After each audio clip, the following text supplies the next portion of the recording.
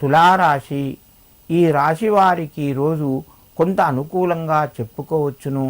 ఆర్థిక పరంగా కొంత ఒత్తిడి ఎదురవుతూ ఉంటుంది. రుణపరంగా ఒత్తిడి తగ్గుతూ ఉంటుంది. మీకు సమయానికి మిత్రుల ద్వారా లేదా బంధువుల ద్వారా కొంత సహాయము చేతికి వస్తూ ఉంటుంది. ఉద్యోగంలో ఉన్నవారికి ఈరోజు మధ్యమ స్థాయిగా ఉన్నాయి. రాజకీయ రంగంలో ఉన్నవారు కొంత రాణిస్తారు. ఐటీ పరిశ్రమలో ఉన్నవారికి కొంత ఇబ్బంది ఎదురవుతూ ఉంటుంది. తులారాశి వారు వ్యాపార రంగంలో ఈరోజు ఆచితూచి పెట్టుబడులు పెట్టండి. దానివలన కొంత మేలు కలుగుతూ ఉంటుంది.